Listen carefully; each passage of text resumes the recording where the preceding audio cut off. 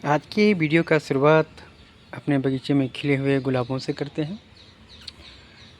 आज है 19 जून और हमारे बगीचे में 3 दिन के मानसून का असर देखिए। बहुत ही खूबसूरत फ्लावर खिलने लगे हैं, चाहे वो सदाबहार के हों, चाहे गुलाब के हों, इंग्लिश रोज, देसी रोज, कुछ भी हो, बहुत अच्छे से विकास कर रहा है।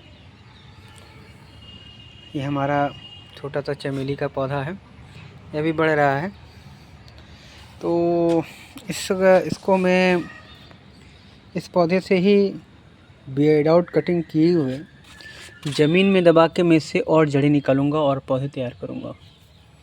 और चमेली में का खासियत होती है कि जैसे ये जो जॉइंट होते हैं यहाँ पे जो ये सबका ये निकल रहे हैं, अगर आप इन्हें किसी भी प्रकार से ज़मीन के टच में देते तो यहाँ से नया जड़ खिल जाता है। ये बहुत तेज़ी से होता है, तो ये करने वाला हूँ।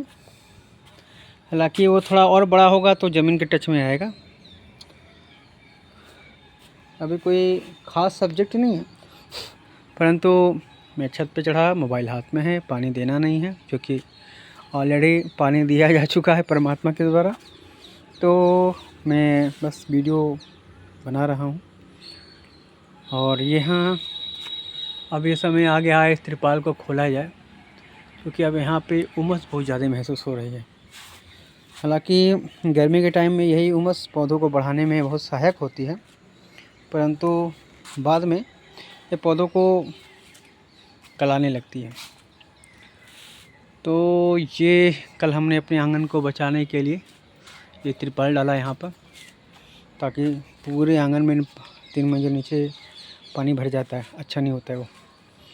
और हमारे ये फूल अब यही है, बारिश में 1 दिन 2 दिन पानी बरसता है, फिर उसके बाद पानी नहीं बरसता है, तो दिक्कतें होती हैं। अमरूद बहुत अच्छा सा चल रहा है, इस सीजन में अमरूद खाने को मिलेगा ऐसा लगता है। छोटा से, पर इतने छोटे से छत पे इतना सारा चीज़ हो रहा है और खाने को कुछ भी मिल जाए बहुत बड़ी बात होती है। और हमारे छत के ऊपर न जाने कहाँ से बंदर आया है जो कुछ फलों को खाता है। फल क्या है, या बैगन ही खाता है वो। और हाँ, एक और बात है, अरे निनुआ खा गया क्या? हाँ नहीं है, ये हमारे छत के ऊपर ये निनुआ लग गया है ऐसे। कल शाम को मैंने देखा, इतना ग्रीन जोन है ना, निनुआ और भी जगह लगा हुआ है, थोड़ा ऊंचाई पे है। तो ये निनुआ लगना अब शुरू हो गया है। और थोड़ा बारिश रुक जाता तो खाद का पानी डालने से तेज़ी से ही सब होता है, पर जिस दिन मैं पानी डाला था उसी दिन रात से बारिश होने लगा, तो फ्लावरिंग थोड़ा सा स्पीड कम है, क्योंकि हर दूसरे तीसरे दिन इस पर हम घोरी का पानी डालते हैं खाद के रूप में, तो बहुत ही सुपर फास्ट काम करता है खाद बन के। और कहाँ देखा रहा मैंने निनुआ और लटका हुआ, वो अभी दिख नहीं रहा है। हाँ, एक यहाँ भी लटका हुआ है, ये देखो, ये देख रहे हैं ये। तो अब फल आने शुरू हो गए हैं, बस एक बार अच्छे से खाद दिया जाए और पानी ना बरसे तो बहुत सारे फल पर ये करीब आधा किलो 1 किलो होए तो तोड़ने का होता है। 1-2 होगा तो कुछ काम का नहीं होता है। और जब सब एक साथ लतर चढ़ जाएंगे, ऊपर जाके फैलना शुरू हो जाएंगे, तब देखना कि एक साथ में कितने सारे सब्जी खाने को मिलता है। और कल हमने कुछ और कटिंग लगाई, क्योंकि इतना फास्ट हम कटिंग लगाएंगे, हफ्ता 10 दिन भी अगर मौसम इस प्रकार से रहा, हाई टेम्परेचर नहीं होता है, तो हमारी कटिंग चल जाती है। तो इधर कटिंग लगाया, उधर कटिंग लगाया। वैसे भी पानी के भार से डालियाँ टूट जाती हैं गुलदाउदी है, खाली ग्रो बैग है, मैं लगा दिया मैंने, चलेगा ही चलेगा।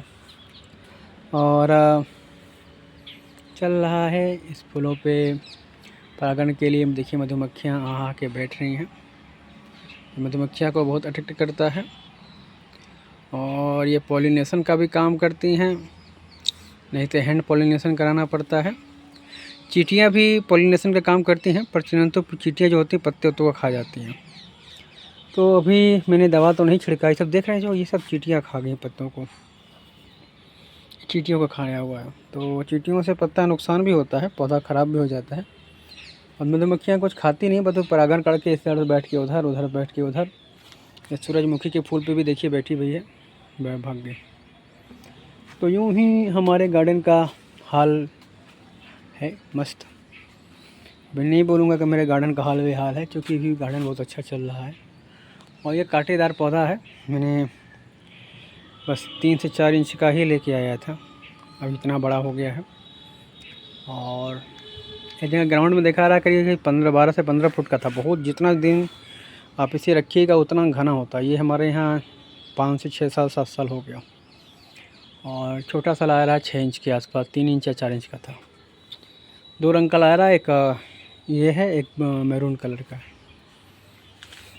और इधर भी चल रहा है हमारा एडेनियम। एडेनियम पे पानी का बौछार ना पड़े और नेचुरल ढंग से अगर एडेनियम खिला हुआ है, बहुत ही खूबसूरत लगता है। और ये देखिए इधर नेनुआ का एक लतर न जाने कहाँ से बीज अपने आप से अंकुरित होने लगा।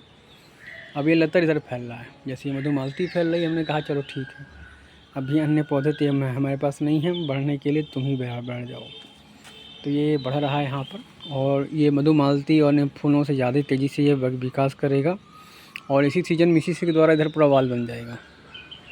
तो यूँ ही है। अब बस ये है कि छत पे इतनी पसीना होती, 5 मिनट 10 मिनट अब खड़े ना रहो, पूरे पसीने से भीग जाते उमस की वजह से। और छत पे उमस होने का एक वजह और भी है, इधर जो है इधर से हवाएं, पूरे मकान बंद है, इधर से हवाएं नहीं आती हैं। कुछ खास तेज़ हवाएं चलेंगी तो ही आएंगी, क्योंकि पूरा ये ऊपर तक है। और ये 4 फुट ऊपर बाउंड्री है, तो इधर हवा आता भी है तो टकरा के नीचे रह जाता है। और इस साइड 10 फुट हमने ऊँचा उठा दिया है, तो इधर हवा निकलती नहीं है। अब उस साइड से हवा आती है तो दीवार से टकरा के नीचे को चली जाती है। तो इस प्रकार से है हमारे छत का कुछ कहानियाँ। ये देखिए इधर से ये निकल रहा है, इसमें लगा है क्या बोलते हैं 9 o'clock, बस एक दाना है, ये निकल रहा है, यहाँ बिखर रहा है। और ये अपने आप से विकास भी कर रहा है, धीरे धीरे ये चढ़ के पूरे पे फैल जाएगा। इसे हमें कुछ करना भी नहीं पड़ेगा। तो यूँ ही बनाना तो है ही है। अब देखें कि धीरे धीरे हर वक्त कुछ ना कुछ मैं करता रहता हूँ। छत पे आता हूँ तो वीडियो के साथ साथ कुछ काम भी हो जाता है। अब ये ऐसे धीरे धीरे चढ़ेगा। जो छोटे छोटे रस्सी के टुकड़े हैं वो मैं बांध दूंगा इनके पास में, ताकि इसको सहायता मिले। अब जब आपके लतरदार में इस टाइप की रेशाएँ आने लगे ना, तो आप माने कि अब आपका पौधा चलेगा। फिर उसे आप बार बार छेड़े ना, बार बार शिफ्टिंग ना करें, गमले में लगा दें, चाहे एक बार लगा दें। शुरुआत में देखेंगे तो 1 से 1.5 महीने, 2 महीने, 3 महीने तक की सिंगल ब्रांच चलती है। जहाँ सिंगल से डबल होने लगे, अपने आप से नेचुरल 2G 3G बनता है। अगर आप काटेंगे तो नीचे का स्ट्रॉन्ग होगा, तब जाकर 2G 3G बनेगा, तो आपके हिसाब से चलेगा। और प्राकृतिक रूप से ये अपने आप को मल्टीप्लाई करता है, वो ज़्यादा ही अच्छा होता है। किसान बहुत से ट्रिक आजमाते हैं, बोलते हैं 2G cutting 3G cutting. Already 2G 3G cutting करने की ज़रूरत नहीं पड़ती है। आगे का जो पत्ता है टॉप का, वो अपने आप ही झड़ता है, और जहाँ से पत्ता झड़ेगा वहीं से 2 ब्रांचें हो जाती हैं। ये नेचुरल है, तरीका है प्राकृतिक रूप से। और कटिंग करने से हाँ, नीचे की ब्रांच मोटी होती रहती है और ऊपर पौधा में ज़्यादा शाखाएँ निकलती हैं। अब ये देखिए धूप भी हो गया है, उमस बहुत तेज़ हो लग रही है। अब मेरे को नीचे जाने का इच्छा हो रहा है। आज के लिए काफ़ी वीडियो बन गया, और मैं इसको यहाँ रनिंग लिली के बारे में तो बोलना ही भूल गया। रनिंग लिली में अब मेरे ये बल्ब निकल रहे हैं। ये जो छोटा छोटा ये दिख रहा है ना, ये गोल गोल था, यही फूल बनेगा। रनिंग का टाइम है तो इस सीज़न में ये मेरा ये चल जाएगा, और जाड़ा आने के बाद मैं इसको गमले में शिफ्ट करूँगा। क्योंकि क्या है ना कि मेरे पास इतने सारे चीज़ पौधे हो गए हैं कि गमला खरीदते खरीदते मैं थक जाऊँगा। और बोरा तो मैं बोलूँ साल भर चलने की उम्मीद के लेके लगाया था, परंतु साल भर क्या 3 से 4 महीने में ही इसका बाजा बच गया है, छूते गिर रहा है। तो कुछ दिन में मैं गमले लाने वाला हूँ। कम से कम इस चैनल के लिए 20 गमले लाने हैं। जो बोरे में हैं उनको शिफ्ट करूँ। एडेनियम को नहीं छूना है। एडेनियम को छूने के बाद बहुत रूट डिस्टर्ब हो जाती है। तो इसे जब जाड़े में ये स्लिप मोड में जाएगा तब मैं इसे छेड़ूँगा, अच्छे से रिपोर्टिंग करूँगा। और उसके लिए कम से कम 12 इंच का गमला चाहिए, क्योंकि मेरे सारे पौधे बहुत हैवी हैं। और जब शिफ्ट करूँगा तो आप सबको भी दिखाऊंगा। अभी थोड़ा सा मैं आया हूँ छत के ऊपर, तो मैंने हिस्से को अभी थोड़ा सा खोल दिया है, वेंटिलेट हो जाए। वैसे जनरली मैं इसी फिश पॉन्ड में टुल्लू लगा के सारे पानी के फिश के पौधों को देता हूँ, तो पानी इसमें साफ़ होता रहता है। अब 3 रोज़ से पानी गिर रहा है, तो ये पानी निकाल नहीं पा रहा हूँ। तो इसको पानी को कहीं पहाड़ से निकालना होगा। 3 दिन हो गया पानी बदले हुए, तो इसका भी पानी का कुछ देखूँगा आज शाम को। और इस प्रकार से हमारे आज की वीडियो का समापन करते हैं। हमारे इस गार्डन का छोटा सा ओवरऑल सबसे अच्छा हमारे गार्डन पे ये चल गया है। दूर से देखने पे बहुत बड़ा विशाल वृक्ष नज़र आता है, और कुछ दिन में इसकी कैनोपी पूरा गोल सा सर्कल बना लेगी। तो इसको मैं सड़क से देखता हूँ तो ये विशाल नज़र आता है। और इसके अंदर बहुत सी पंछियाँ हैं, अपना घोंसला भी बनाए हैं। कुछ पंछी रात में समय छुप के सोते हैं, तो मैं छोड़ देता हूँ, कोई दिक्कत नहीं। हाँ, पत्तियाँ और बीज बहुत गिरते हैं इससे।